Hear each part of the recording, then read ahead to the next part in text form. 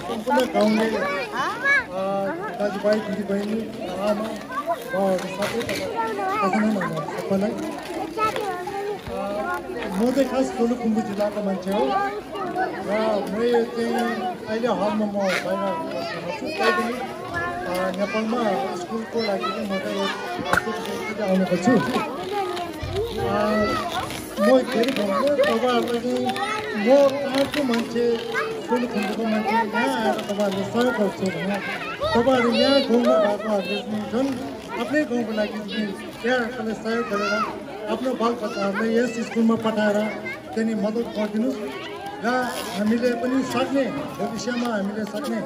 यो स्कुलको लागि चाहिँ हामी पुरै सहयोग गर्ने तयारीमा छौँ र अघि भर्खरै हामीले हाम्रो मेयरसँग पनि सल्लाह भएर यो स्कुलको कम्पाउन्ड बनाउने बारेमा चाहिँ हामीले सल्लाह भएर पनि बनाउने कुरा भइसकेको छ यहाँहरूबाट जुन दिन